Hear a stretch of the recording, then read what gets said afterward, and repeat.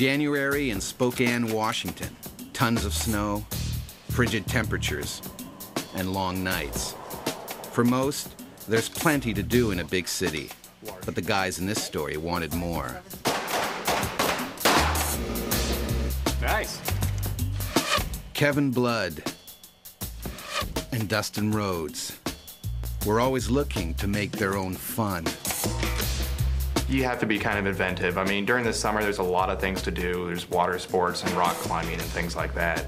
But during the winter, if you're not really into winter sports, it gets pretty boring. So, what to do? Shoot guns a lot, Throw a lot of parties, play computer games. make giant snowmen. Their ongoing challenge? To come up with something new, something to keep things interesting. On one particularly dull day, a heady mix of boredom, recklessness, and alcohol turns a heartfelt confession into a mischief-making prank. We went to this bar downtown. We started drinking. After several beers, Kevin starts pouring his heart out to his buddies over his inability to meet girls and go out on dates. I'm telling you, man, it's work and home. That's all I do with my life. Dustin and Josh were like, hey, you got a confidence problem with like the ladies. Just gotta get out, I gotta do something, I gotta meet people, but you know what? I got nothing. You're kind of shy. He keeps coming up to me, asking me how we can talk to girls. Well, I don't think you're trying very hard. I mean, we've tried everything we possibly could. Kevin's friends think he simply needs a boost, something to get him over his chronic shyness. And what better way, they figure, than to have him face his fears in the nude.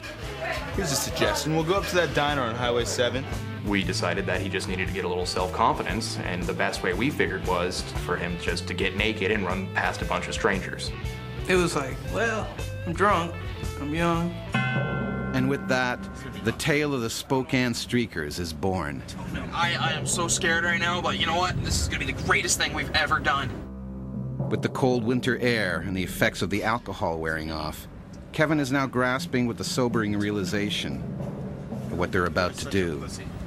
There's gonna be families eating dinner. Every time you say you're gonna do something, you need to not have such a negative attitude. That's your problem. Negative attitude? You're making me run naked through a restaurant. Because it'll be fun. The deal is done, and the streak is on.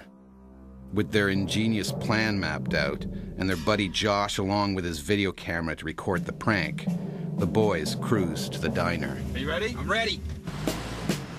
Each donning the perfect outfit for the occasion, a balaclava and a birthday suit. We park on the side so they wouldn't see the license plates on the car. Then we would run in naked, run through, do a lap around the restaurant, come back out, get in the car, and drive away.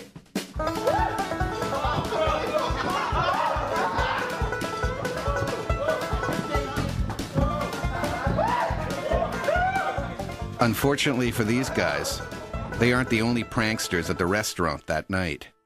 As they flash for the diners, another opportunistic patron makes his move. Now, you could say that running around in a restaurant naked is a pretty stupid idea.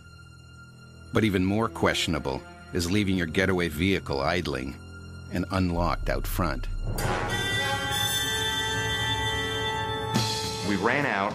Kevin just stops. As soon as he sees the car start taking off, I start chasing it down. Hey! Grab for the door handle. The dude turns, looks at me, smiles, and locks the door. Hey! You're stealing my... Hey, you can't steal... Now fully naked and totally exposed to the freezing winter air, they have nowhere to hide and absolutely no plan B. What do we do now? Let's get out of here. So we take off running behind the building, ran through a car dealership and found like this apartment complex in the back that it was all outdoor staircasing, so we could run in and hide underneath the staircase. Could things get any worse? Meet police officer David Beckley. Well, I got a call on the radio, a report of a couple of people streaking, and I was a few miles away and started heading over there. Figured any streaker worth his weight would be gone by the time I got there. Oh, guys, the calls! Let me guess, this isn't what it looks like.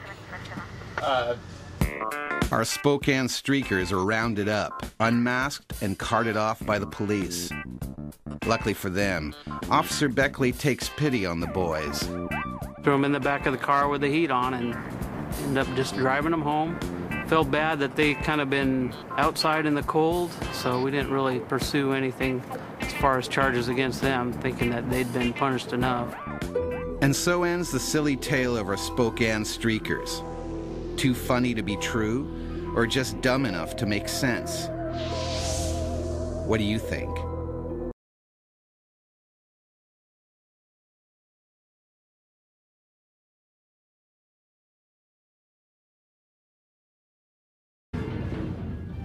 The Spokane Streakers story, on the other hand, is the naked truth. And to prove it, this is actual footage from the night in question, and it really did make them into local celebrities, for all the wrong reasons. How does that happen? I don't know. Learned my lesson on that one. I guess it was just a desperate attempt to be more confident. While the streak itself ended in embarrassment, the prank really did help cure Kevin's shyness. Everybody calls me Streaker. All my buddies do. So, just call me Streaker. It's my name now. So as they streak into the annals of history, only you know the difference between truth and fiction. Or do you? Test yourself next time on Urban Legends.